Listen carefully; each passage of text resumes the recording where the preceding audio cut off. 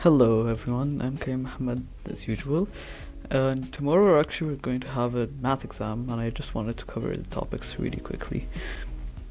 Now before we get into things, let's of course look into what the exam is going to be about. I already have everything prepared, I believe. The exam are only coming on 3 topics. We have complex numbers, quadratic functions, and angles and circles. Each of them do have a little trick in them, especially the quadratic and angles. I think the complex is the easiest one out of them all, so I'm going to cover them really quickly. This is of course going to be the explanation segment, and then I'm going to solve the sheet with you out thoroughly, with steps hopefully. Now, before we start, what are complex numbers? Complex numbers, or the letter I, is basically root -1. Now, there are different versions of this. There is I power 1, I power 2, I power 3, and I power 4. Why are these numbers so important? Why did I specifically pick these 4 powers? Because these 4 powers loop themselves. If it's I power 1, then it's just going to be I. If it's I power 2, then it's going to be -1. If it's I power 3, then it's -I. And if it's I power 4, it's just 1. And once it's I power 5, for example, let's just add it over here as an exception. I power 5 is going to be I again. So they keep looping themselves every 4 powers. Now, how can we use this to our advantage? Let's say there are large numbers, I to the power of 200. You just divide it by 4, which I generally cannot do. Wait, let me just get it for you. 200 divided by 4 is 50. If it gives you a solid, or like it gives you a complete constant, then it would just be equal to 1. Let's say it was 201, for example. 201 would be 0.25. 0.25 would mean it was I. It would be this one. You see how this is gonna go? Let's say if it was, you were adding one more, 202, it would be 0.5. 0.5 is going to be I power 2, it's going to be -1, and so on. Let's say also, just for the case of having it fully done, you have 203 divided by 4 is going to be 50.75, which would be I power 3, which is going to be -I. So how do we deal, or how do we encounter such questions? Where the questions on I are either going to be simplify, or you're going to have to distribute it yourself. Basically, you're going to treat it as x. Let's say you were factoring x, okay? We should have taken this at some point with the quadratic, or we're going to get into it, where you have x like +1, and then you'd have like another x +5. How would you treat this question, or how this format would look like? You would basically distribute the x, and it would be x power 2, and then you keep distributing it on and on until you're done. That's how you treat the I. But instead of the x, you put an I, and depending on the power, you substitute it with one of these. I don't know if it's that clear. Well, anyway, that basically covers everything regarding the I. It's the best, or the simplest one out of them all. Now let's get into something more heavy, the thing that's actually going to be taking most of our time, as you can see throughout my sheet. Quadratic equations. Now, to give you a very rough idea, I need to graph it first. I haven't done that yet. Basically, a quadratic across an xy plane would look like a parabola. A parabola is just something that has 2 points intersecting, going up. It could go down to the side, etc. But it does have something called a minimum, as you can see through here. This would be its minimum. Now this is what we'd call a vertex. Okay, now what do we actually need out of most of the quadratic problems? We need either the vertex or something called the zeros. Now what are the zeros? The zeros are the x-intercepts, the x line. You see, this is the x line, this is the y.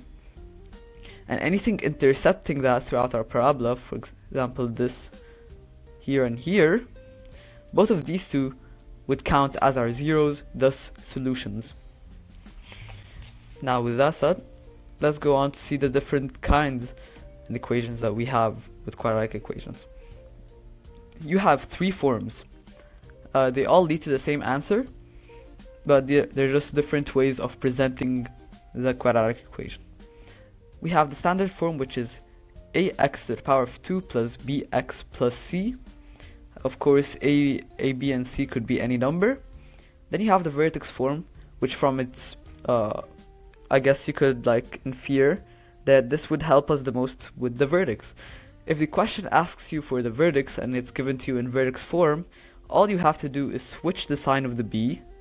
You'd have to switch this sign and then just take this as it is. And if you're wondering, anything beside the x in the bracket is going to be an x-intercept, or the x-coordinate. Not intercept, please. It's the x-coordinate. So if it were to ask us where is the vertex, and we have this, we'd say the vertex is b, negative b, since you switch the sign, and then comma c. That would be our vertex. You see what I did there? I switched the sign of the b, and then I just took the c as it is and put it inside of the brackets. That's why the vertex form is the best for literally getting the vertex. Other than that, you have the third form, which is called the factored. Now, what can we use the factored for? The factored one is so nice because it gives you both x-intercepts. It gives you the solutions. So if the question were to ask you for the solutions for the quadratic, you just give them both of these, and then you just put them, you put this by negative and this by negative. You switch both of their signs for the two x-intercepts. Now, let's move on to the minimum and maximum, which is called the vertex, which I just explained. Now, back to this thing. Right? You see how this is the minimum of the parabola? This is the figure, and then you have the very minimum of it. It could also be upside down. I don't think we have that in our current topic, but it could also look like this. I believe it was going to need to be negative ax power 2, but that's not on us right now. So in the case of this, this would be our maximum. So the vertex is the maximum or the minimum, and these don't change. These are still the solutions, the x-intercepts, so we're not gonna touch them yet. Now, you can, of course, you can get the vertex, which is easiest again by using the vertex equation if it's there. If it's not there, we're going to have to use different equations for each of these forms. Now, for the standard form, you basically need to memorize some of these equations. I really suggest it. For the standard form, you put negative b over a, right? Whatever this is. For the equation, of course, the equation for the standard form is ax power 2 plus bx plus c. You take the b, flip its sign, or put it in negative b over 2a, and that's how you'd get the x of the vertex. And then you substitute it back into the equation, between brackets, of course. You want to put everything between brackets, it's really important. You put it between brackets for each of them, and then you'd get the y. And that's how you get the vertex for the standard equation. Now the vertex equation, again, you switch the sign of the b, and then you take the c as it is for the y. And for the factored, or the factorized equation, basically you switch the a and b signs, or you put them in negatives and then you put it over 2, and that's how you get the x, and then you substitute the x back into the equation. Of course, you want to put it over here. You're going to substitute the x back into these. Use PEMDAS. Anything that's in the brackets, you'd add and substitute first, and then you multiply, and then you'd get your y. That's how you get the vertex for each of these. Now, also let's disclose some things, like solutions are x-intercepts, and they could also be called roots or zeros. And how do you get the sum of these roots? You put negative b over a, which is from any of these equations, or preferably the standard equation, I believe. And how do you get the product of the roots? You put c over a. Also, if you're just confused over things, you could always just convert. I'm pretty sure each of these can be converted back into the standard form. So if you want to make things easier for yourself, you could just learn how to do the standard form only and learn how to distribute, but that would take you more time in general. If you want to be time efficient, you'd just rather memorize them all or work on them, since they're going to help you with your ESTs anyway, or SATs, or whatever standard exam you're taking. But in the case that you did forget, just convert it into standard form and start doing with standard form equations, such as negative b over 2a, or the sum of the roots, negative b over a, or the product of the roots, c over a. Now, something that really helps us throughout the exam, or something that he might ask for, is something called discriminant. Now, what does the discriminant do? The discriminant tells us if the quadratic actually has solutions. Most of them do, but there are cases where they have something called complex, and complex is the imaginary numbers that we just took up here. So let me just put that into perspective. What if in this xy plane it didn't have roots, since we already talked about how the solutions are the x-intercept? What if it was above the x-intercept line, right? If it was here, it's obviously above the x-intercept line, so there are no solutions, right? It's something called complex. This is what we're talking about, complex, or it could say imaginary. Imaginary. Yeah, imaginary solutions, right? Now, this would mean that the discriminant is actually less than 0. Now, in the case above, where there are two solutions, the discriminant is actually over 0. How I like to learn it is that if the discriminant is over 0, that means it has 2, so you would put like 2 is obviously bigger than 0. You could also translate into that, and then since this has no solutions, it's like, I guess, like something negative, any negative over 0. Now there is also one more case you wanna know. It's what if there is only one point. You see how it's only touching this part? Basically, it's only touching the x-intercept very slightly. This would mean that, yeah, it is equal to 0. I'm sorry, I just had to really check that really quickly. That means the discriminant is actually equal to 0, thus it's only one solution. So again, these are two, where the discriminant is under or like less than the 0, it would be complex or imaginary. It would be two complex or imaginary solutions, where if d was bigger than the 0, it would mean that it has two real solutions. Now that's the discriminant. Now also, how do we get the two roots? Since I'm not going to be using the quadratic formula, I'm guessing most of us throughout the test will not have enough time to use the quadratic formula on each of them. So I'm pretty sure a calculator is permitted. We're going to be using a calc, and we're going to plug in the exact equation. Preferably, if you want to use a calculator, you have to transform everything, or every equation you have, into a standard form. All the quadratic equations that you're going to get, they're going to need to be transformed into the standard form. Unless you already have the factored, which already has both of them, you just need to switch the signs. Other than that, for my calculator, which is the FX-991ES, you'd click mode 5 3, and then you could plug in the A is the X, or like the very first number, which is going to be power 2.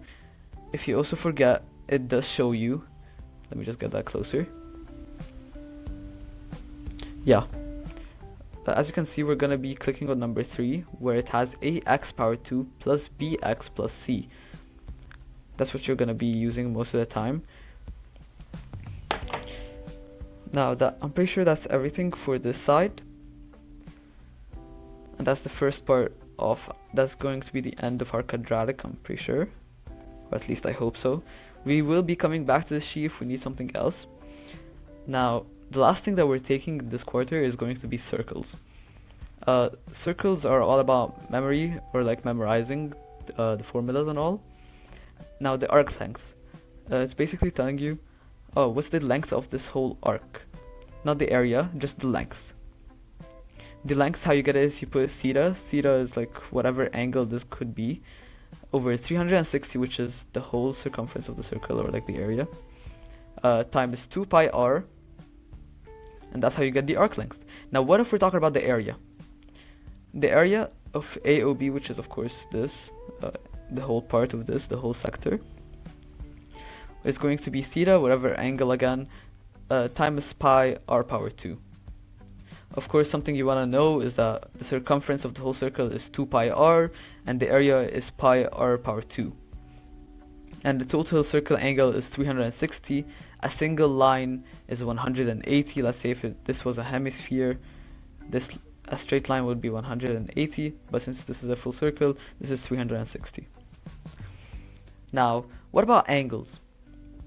We have inscribed angles, but first we're going to be talking about central angles. The central angle comes from the vertex. It always comes from this point. The vertex, it could open up to anywhere. Whatever angle this is going to be the angle outside too, or on the edge. Now what if we're talking about inscribed? The inscribed could also lead back to this, to the vertex, but it's always going to, let's say if it was on the edge, right? If it was on the edge and it was 30, then by the time it reaches the vertex, it's going to be 60. And since we already know the central angle is the same as the one on the edge over here, to the one it's deflecting, then this is also 60. So if you were in the case where you knew this alone, you'd get this, and then you'd be able to also get this. Having one of these basically gives you the other. This is always going to be, the inscribed angle on the very edge is always going to be half of what the central is. Now what if it was 180 hemisphere? The 180 hemisphere always produces, always by all means, a right angle triangle. Now I just want to talk about something else real quickly. The inscribed lines, or any lines in general, are also called chords. Chords angles in the same segment are always equal. Now what do I mean by that? You realize how this is 90? Let's say you drew the same thing, we just moved it a little somewhere like this, or this, or we could even say something like this. You see how our circle basically has a bunch of whole angles now? All of these are all 90 degrees. They're all the same because this is called a segment. It's divided by this hemisphere. So this is called segment and this is called segment. If they both share the same legs or the same starting point, then they're all going to share the same angle. You could test this with any number generally. Now this is something that actually came on the revision sheet. It tricked me, so I really want to talk about it since it was a hard thing to grasp. You see this x, let's say x was 60, I have it over here, let's say x was 60, right? You could completely ignore this, and you could only focus on how this goes back to the center. So doesn't this make it a central? So if this is 60, if x is equal to 60, then isn't this on the edge, on the very edge of the circle, and it is still connected? Then this would be 30, since we said that the central angle is always double what the one on the very edge would be if they both share the same chord, like this one too, like the inscribed one. Now all triangles also must be 180 degrees in total, so you want to make sure of that since we're still going to use it within the circle. Now I'm pretty sure this covers everything regarding the exam, and let's get to solving.